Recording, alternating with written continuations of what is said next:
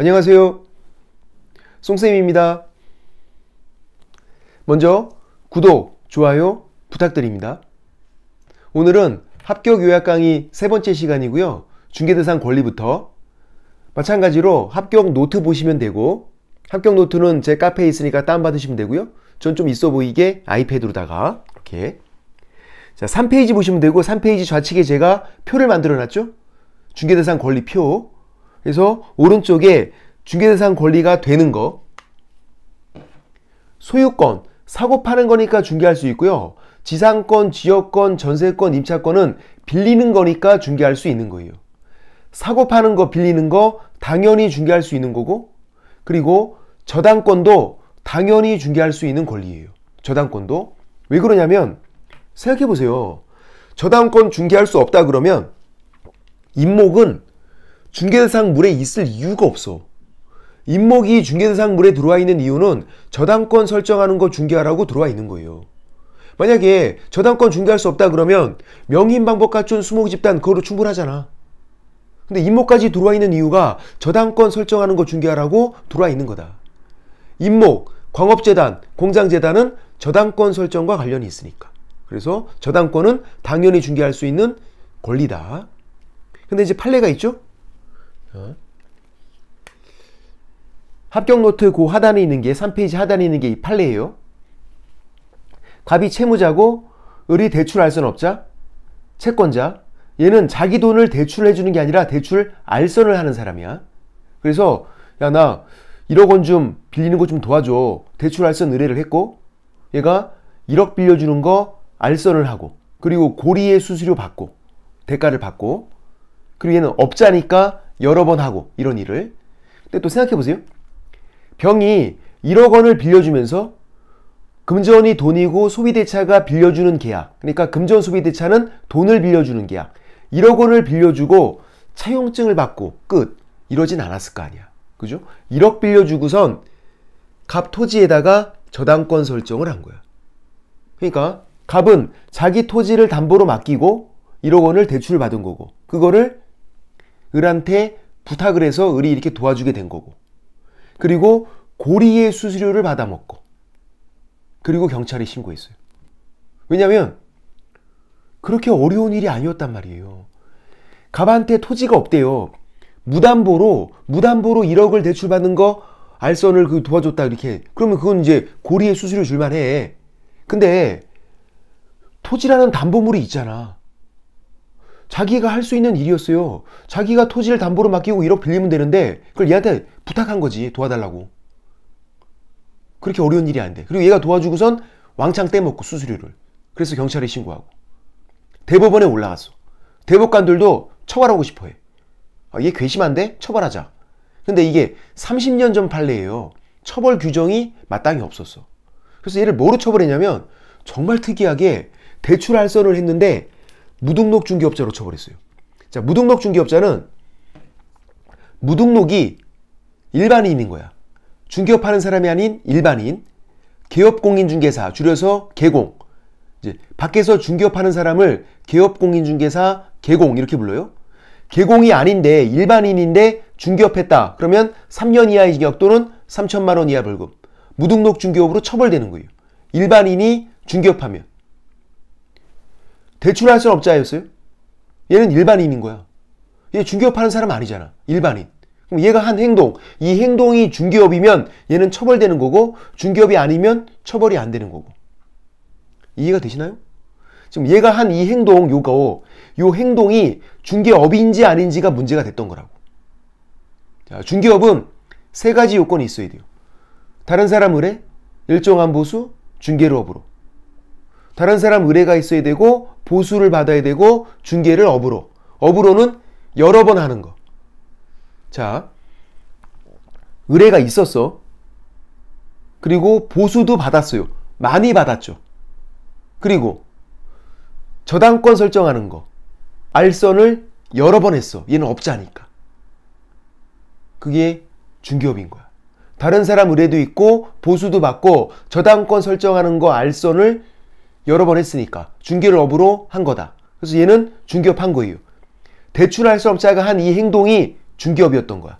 그래서 얘는 3년 3천 무등록 중개업으로 처벌된다. 황당하지 않나요? 대출할선을 했는데 이게 무등록 중개업이래. 황당하잖아. 그러니까 얘가 이제 또 이제 이렇게 우긴 거지. 뭐라 그랬냐면 자기는 대출알선업자래. 명함을 보이죠. 대출알선업자. 그러니까 1억 돈 빌려주는 거 이걸 주로 알선한 거지, 저당권은 이거는 채권자가 꼽사리 껴서 그냥 한 거래. 자기는 1억 빌려주는 거 금전소비대차 요거를 알선을 주로 한 거고, 저당권은 꼽사리 껴 있는 거고. 맞잖아, 얘 말이. 얘 말이 틀리지 않아. 얘는 1억 빌려주는 거를 주로 알선한 거고, 저당권은 그냥 꼽사리 껴 있는 거라고요. 근데 판례가 상관없대.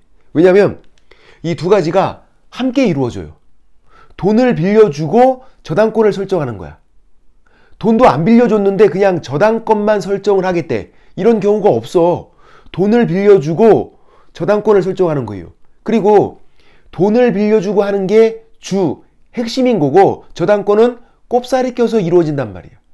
얘가 주된 모습, 얘는 꼽사리 껴서 항상 함께 이루어지니까 너는 금전소비대차를 주로 알선했어도 상관이 없다. 중개업 한 거다. 유죄, 처벌된다. 이렇게. 자, 대출 알선하고 무등록 중개업으로 처벌받은 처음이자 마지막 사람이에요. 시험에 잘 나오는 사람이야. 기억해야 돼.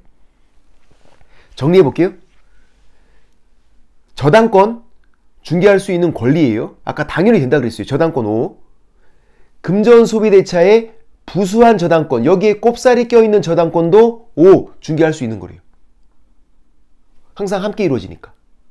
이제 마지막 질문. 금전소비대차 이렇게 나왔어. 돈을 빌려주는 계약. 금전소비대차. 요거는 X. 자, 돈 빌려주고 정말 차용증 받고 있으면 그거는 중개할 수 있는 게 아니에요. 돈은 중개할 수 있는 게 아니라 그랬잖아. 금전소비대차에 부수, 꼽살이 껴있는 저당권이 중개할 수 있는 거다. 저당권이. 그래서 저당권 5 그렇게 된다. 그리고 저당권 친구들도 있네요. 근저당권. 보통 이제 근저당이죠. 저당은 확정 채무예요. 1억 빌려주고 담보로 잡으면 저당. 1억이 채권 최고 한도야. 채무액이 증감 변동이에요. 1억 원은 채권 최고 한도고, 그러면 근저당. 그리고 가등기 담보권. 얘도 돈 빌려주고 담보로 잡은 건데 등기를 가등기를 한 거야. 그러니까 저당권, 근저당권, 가등기 담보권 다 중개할 수 있는 거다. 돈 빌려주고 담보로 잡는 거. 저당권 친구들이니까 걔네들도 다. 그 다음 등기된 환매권도 중개할 수 있는 건데, 제가 합격 노트에 사례를 쭉 다 적어놨잖아요. 이거 외우시는 게 아니라 한번 쭉 읽어보시면 충분히 이해가 돼요. 나중에 또 이제 민법 공부가 되면 더 편하죠. 이제 더 편안하게 읽혀지고 그냥 돼요. 처음엔 좀 힘들 수 있어요. 자, 매매, 환매는 말 그대로 다시 사는 거야. 갑이 병에게 토지를 팔았는데 다시 사겠다는 계약을 동시에 한 거예요. 매매 계약과 동시에 내가 팔지만 다시 살게. 자, 환매 계약. 둘이 계약으로 하는 건 중개할 수 있어요. 매매 계약 체결하면서 환매 특약 넣고 하거든요. 그렇게 하는 거 중개할 수 있다고. 일단 계약이니까 중개할 수 있어요. 그럼 이제 매매 계약 때문에 소유권 이전 등기가 되고, 환매 특약에 따라서 요거에 따라서 환매 등기가 소유권 이전 등기의 부기에서 되는 거야. 소유권 이전 등기가 되고, 그리고 환매 등기가 되고. 그러니까 이제 병은 소유권 이전 등기만 딱 받아온 게 아니라 환매 등기가 된 채로 소유권 이전 등기를 받아온 거예요. 자, 환매 등기가 된 토지예요. 병이 병다시에게 환매 등기가 된 토지를 팔겠대. 개공이 중개할 수 있다. 질문. 이거 왜 중개할 수 있는 거야? 환매 등기가 돼 있는 토지인데 중개할 수 있대요. 힌트 드릴게.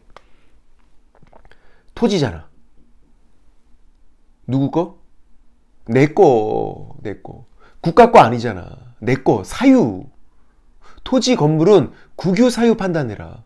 사유 내 거니까 5. 그러니까 병이 병다시에게 이렇게 팔 때 설명해 주면 된다. 네가 살려는 토지에 환매 등기가 돼 있고, 환매 등기가 돼 있으면 갑 환매권자가 너한테도 환매권을 행사할 수 있어. 이렇게 환매권 행사하면 얘는 소유권을 상실하게 되는 거예요. 그거를 설명을 해주면 되는 거지. 환매 등기가 돼 있으니까 너 이거 살 수 없는 거야. 이게 아니라고. 환매 등기가 된 토지도 팔 수 있는 거다. 중개할 수 있다. 또 환매 등기가 됐죠? 그러면 환매권, 다시 살 수 있는 권리, 얘도 팔 수 있어요. 환매권도. 등기가 된 환매권도 갑이 갑다시에게 파는 거야. 그럼 이제 갑다시가 환매권을 사서 환매권을 행사하는 거고. 그러면 갑이 갑다시에게 환매권 이전, 양도 판단 말이에요. 환매권을. 뭘로? 계약으로. 계약으로 하는 건 중개할 수 있다. 모든 계약을 다 중개할 수 있는 건 아니지만 일단 계약이면 중개가 가능해. 계약이면. 흥정 가능성이 있으니까. 이제 이걸 보면서 뭘 느껴요? 또 아무 생각 없는 거지. 느낌이 와야지. 아, 환매가 나오면 일단 오라고 해야 되겠구나. 환매 계약 O, 환매 등기가 된 토지 O, 환매권 이전도 O 이렇게. 환매란 말이 보이면 일단 오라고 하자. 단, 환매권 행사는 안 돼. 환매권을 행사하는 건 계약으로 행사하는 게 아니라 형성권, 일방적으로 행사해. 아까 제가 계약이어야 중개할 수 있다 그랬잖아요. 물론 모든 계약을 다 중개할 수 있는 건 아니지만 계약이어야 한다고. 계약이어야 흥정 가능성이 있잖아요. 요거 환매 계약이죠. 환매 등기된 토지도 매매 계약으로 파는 거죠. 환매권 이전도 계약으로 하는 거잖아. 계약이니까 중개할 수 있는 건데 환매권 행사는 계약이 아니다. 형성권 일방적으로 행사한다. 중개할 수 있는 거 아니다. 그렇게 그거 주의하시고. 그 다음 다시 표를 보시면 세모. 세모는 될 때도 있고 안 될 때도 있는 거. 세모. 자, 유치권은요. 민법 시간에 배우는데 법정담보물권이에요. 그래서 앞에 법정자가 생략되어 있다고 생각하면 돼. 성격이 법정담보물권, 그리고 법정지상권, 또 뭐 법정저당권 그런 것도 있어. 그러니까 법정자가 들어가 있는 게 세모야. 법정자가 들어가 있는 게. 될 때도 있고 안 될 때도 있고. 먼저 유치권. 돈 줄 때까지 물건을 유치할 수 있는 권리예요. 돈 줄 때까지. 갑이 건설업자예요. 집을 리모델링을 했어. 근데 공사대금을 안 주네. 그러니까 냅다 가서 점유를 한 거야. 점유를. 그러면 돈 줄 때까지 저 집을 유치할 수 있는 권리 유치권이 생겨요. 받을 돈에 기해서 공사대금 채권 그거에 기해서 점유하면 실제로 가서 점유하기가 쉽지 않으니까 어떻게 하죠? 현수막 걸어놔. 유치권 행사 중 이렇게. 보신 적 있나요? 여기 막 전화번호 적어놓고 하잖아. 최근에는 전화번호 안 적더라고요. 왜냐면 사람들이 막 또 신상 털어 또 전화번호 있으면 또. 그래서 최근에는 그냥 유치권 행사 중 이런 식으로 현수막 걸어놔요. 이게 이제 점유하고 있는 거야. 그러면 생겨요. 어떻게 생긴다고? 당연히 생겨. 받을 돈에 기해서 점유하면 그냥 당연히 생기기 때문에 중개할 수가 없어요. 현수막 걸면 그냥 생기다니까? 유치권이. 아까 계약이어야 중개할 수 있다 그랬잖아요. 유치권 성립은 계약으로 생기는 게 아니라 당연히 생긴다고. 받을 돈에 기해서 점유했더니 당연히 생긴다. 그래서 중개할 수가 없다. 근데 또 이 유치권도 팔 수 있어요. 갑이 병에게 팔겠대. 팔아. 이전, 양도. 물론 이 유치권만 파는 게 아니라 이 채권도 같이 파는 거예요. 만약에 1억짜리 채권이면 한 7천만 원에 할인 쳐서 팔면 살만하잖아. 그럼 얘가 가서 점유하고 있다가 1억 받아내면 얘는 3천만 원 번 거고 얘는 자금 회전이 잘 되고. 그래서 채권과 같이 이렇게 판다. 뭘로? 계약으로. 이전, 양도는 뭘로 한다? 계약으로 한다. 그러니까 중개가 되죠. 그러니까 중개할 수도 있고 될 수도 있고 안 될 수도 있으니까 세모로 해놓은 거지. 유치권 성립은 당연히 성립한다. 받을 돈에 의해서 그냥 점유하면. 근데 이전, 양도는 계약으로 하니까 중개할 수 있다. 그래서 세모. 자, 이제 법정지상권. 갑토지, 갑소유 건물, 내 건물에 내 땅에 내 건물이에요. 아무런 문제가 없어. 내 땅에 내 건물. 건물에만 저당권 설정을 했대요. 가능한가요? 가능하죠. 건물 등기부 따로 있잖아. 건물은 독립성, 건물 등기부 따로 있다고. 그래서 건물에만 저당권 설정한 거예요. 토지는 아니고. 그리고 이제 저당권 설정하고 돈을 빌리고 빚을 못 갚아서 이 건물이 경매로 넘어갔어.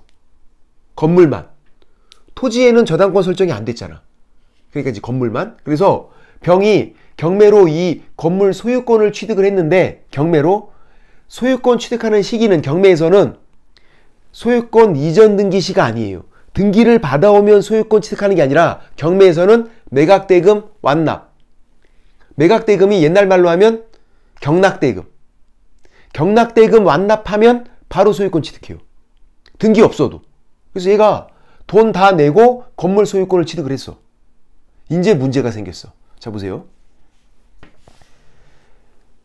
건물은 갑에서 병으로 바뀌었어요. 소유권자가. 토지는 계속 그대로 갑이야. 경매로 안 넘어갔으니까. 이 상태에서는 문제가 없네.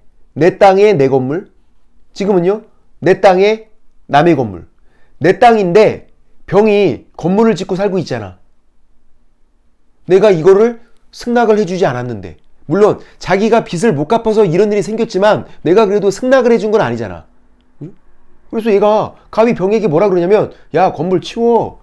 야, 내가 빚을 못 갚았지. 너한테 이거 건물 짓고 있어도 된다고 그렇게 허락해 준 적 없잖아. 치워. 빼. 방 빼. 이렇게 한다고. 빼야 되나? 아니죠. 그럼 이거 누가 이거 경매로 낙찰받아? 낙찰 받자마자 막 건물 치워야 되고 이거 뭐 하는 거야? 청소부야 뭐야? 그래서 1+1이에요. 매각대금 완납하고 건물 소유권 취득할 때 법정지상권도 같이 생겨버려요. 1이 건물 소유권, +1이 법정지상권. 법정은 당연히 그런 말이에요. 지상권은 땅 위를 빌리는 거잖아. 그러니까 건물이 있는 땅 위, 요 부분을 당연히 빌리는 거로 보는 권리가 그냥 생겨. 언제? 매각대금, 경락대금 완납하면. 등기 없어도. 돈만 갖다 냈더니 그냥 생겨버려. 중개할 수 없다. 왜? 계약으로 안 생겼잖아. 그냥 당연히 생겼잖아. 그래서 X. 근데 이 법정지상권도 이전 양도가 가능해요. 팔겠대. 병이 병다시에게 법정지상권 팔겠대. 물론 법정지상권만 팔지 않을 거야. 건물을 팔면서 같이 팔겠죠. 어쨌거나 이전 양도가 가능하다. 그럼 뭘로 한다고? 계약으로 한다고. 중개할 수 있다. 자, 법정지상권 성립 그러면 당연히 생긴다. 매각대금, 경락대금 완납하면 당연히 생겨서 중개할 수가 없다. 근데 이전 양도는 계약으로 하니까 중개할 수 있다. 그래서 세모. 될 때도 있고 안 될 때도 있으니까 유치권도 아까 그래서 세모. 자, 결론. 법정자가 들어가 있는 건 나눠보자. 성립 안 된다. 이전은 된다. 유치권은 법정자가 생략된 거라니까. 성격이 뭐다? 법정담보물권. 유치권은 나중에 다 민법 시간에 배워요. 지금 이게 뭐가 어려운 거야? 민법이 어려운 거야. 민법만 되면 중개사법, 등기법 그냥 같이 되는 거예요. 그냥. 그러니까 1차에서 두 과목이 있는데 민법을 더 잘하시는 게 훨씬 유리해. 민법을 잘하면 중개사법, 등기법 같이 된다고. 가끔 이런 분들이 있어. 저 찾아와서 선생님, 저는 민법은 기똥차게 잘해요. 중개사법은 못해요. 확 막.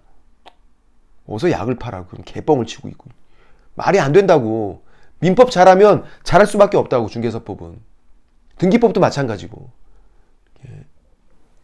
그래서 다시 민법 공부 매일 하라 그랬어. 매일. 하고 계신 거 맞죠? 매일 하라고 했으면 매일 30분만 하고 그게 아니야. 매일 3시간 이상씩 해야 돼. 매일. 잔소리가 많아지고 있네요. 자, 어쨌든 이제 결론. 법정자가 들어가 있는 건 세모였다. 성립 안 된다. 이전은 된다. 유치권은 법정담보물권. 법정자가 생략되어 있는 거다. 법정 저당권도 똑같아. 법정자가 들어가 있으면 나눠보면 된다. 자, 이제 질문. 시험 문제가 이렇게 나왔네. 유치권. 밑도 끝도 없어. 그냥 유치권이래. OX? X? 그건 유치권 성립을 생각해서 X라고 하신 건데? 알 수 없어. 모두 정답. 말을 안 해줬잖아. 두 가지가 있는 건 구분을 해서 문제를 내야죠. 유치권 성립인지 이전인지 구분을 했어야지. 누가? 출제위원이. 그냥 유치권 나오면 어떻게 알아? 모르잖아. 그러니까 문제가 잘못된 거니까 모두 정답 처리한 거예요. 예. 근데 또 나왔어. 법정지상권 이렇게 또 나왔어. 어떻게 했을까? 모두 정답. 아니 법정지상권도 구분을 해야죠. 누가? 출제위원이 성립인지 이전인지 구분을 해서 내야지. 왜 말을 안 해줘? 왜 말을 못하니? 말을 해줘야 알지. 말을 해줘도 우린 잘 모른다고. 말을 해달라고. 그래서 2번이나 모두 정답 처리했어요. 설마 3번씩이나? 아니 아니야. 그래서 최근에는 다 구분을 해서 나와요. 법정지상권 양도 이런 식으로. 법정지상권 양도는 이전이니까 O 중개할 수 있는 거다. 이런 식으로. 됐고. 그 다음에 이제 X 중개할 수 없는 거. 질권 안 되고 점유권 안 되고. 그래서 우리가 질권에서 지읒, 점유권에서 지읒 따와서 지지 이렇게 하는 거야. 지지, 지지. 애기들이 이상한 거 막 들고 놀라 그러면 아유 지지 이렇게 하는 거야. 지지. 다 같이 에이 지지. 현타 온다. 현타 와. 아 집중. 현타 온다. 주의사항. 지지한다. 아니야 그게 아니야. 에이 지지 이렇게 해야 돼. 에이 지지. 질권 점유권 에이 지지 안 된다. 그리고 분묘기지권은 얘는 분묘가 묘고요. 분묘기지는 묘가 있는 땅이에요. 그러니까 남이 땅에 내 땅이 아니라 남이 땅에 우리 조상 묘가 있는 거야. 남이 땅에. 그 묘를 계속 갖고 있을 권리가 분묘기지권이에요. 내 땅이 아니라 남이 땅에 우리 조상분이 누워 계신 거야. 남이 땅에. 제대로 잘 누워 계신 거야. 아주 땡큐. 그 묘를 계속 갖고 있어도 상관이 없어. 그게 분묘기지권. 거래가 안 된다. 귀신 나온다고 이런 것들은 안 된다. 그리고 무체재산권 형태가 없는 거죠.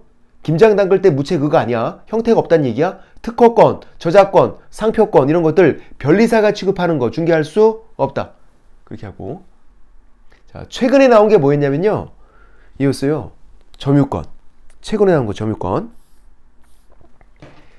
질권 점유권 A 지지 해서 점유권이 시험 문제 나왔고 제가 그래서 합격 노트에 4페이지에 사례를 만들어 놨죠.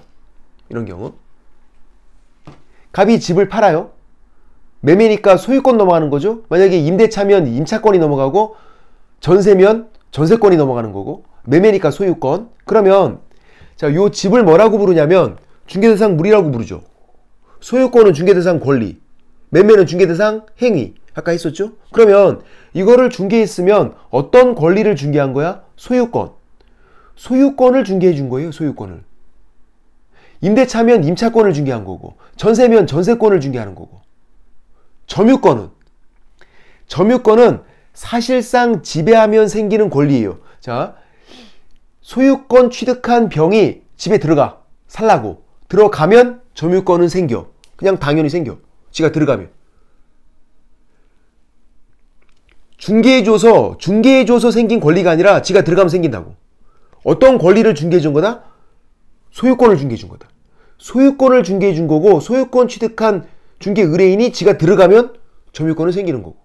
그래서 점유권은 중개할 수 있는 게 아니다. 예, 그냥 자기가 들어가면 당연히 생기니까. 그냥 쉽게 지지 하면 되고. 됐고. 그 다음에 이제 중개대상 행위죠. 지금 우리가 뭐 하고 있는 거냐면 중개대상 물, 그죠? 중개대상 권리, 중개대상 행위. 그래서 중개대상 권리까지 지금 본 거야. 처음에 생각해 보세요. 몇 페이지였죠? 1페이지. 1페이지 우측 상단에 그림이 있었잖아요. 토지 매매 계약 체결 중개하면 토지에 대해서 소유권이 넘어간다 해서 토지가 중개대상 물, 소유권이 중개대상 권리, 매매가 중개대상 행위. 근데 다만 이제 토지에서 건물을 바꾸면 건물이 중개대상 물, 소유권이 중개대상 권리, 매매가 중개대상 행위. 그렇게 하는 거. 그래서 중개대상 권리까지 우리가 지금 공부를 한 거야. 이제 중개대상 행위. 마지막. 중개대상 행위. 합격 노트에서 4페이지 좌측 하단에 제가 싹 정리해놨는데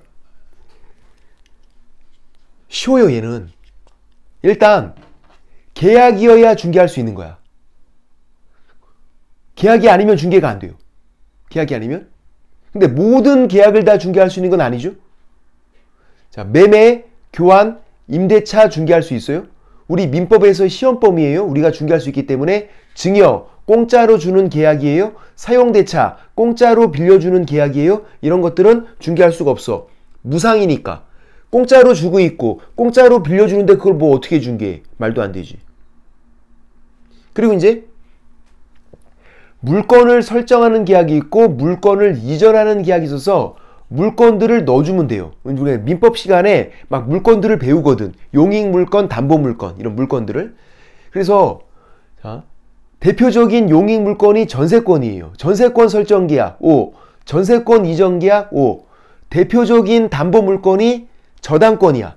저당권 설정계약 O, 저당권 이전계약 O. 이렇게 물건들을 넣어주면 된다고. 물건 설정계약, 물건 이전계약. 근데 안 되는 것들. 질권 설정계약 X, 질권 이전계약 X, HG 안 된다.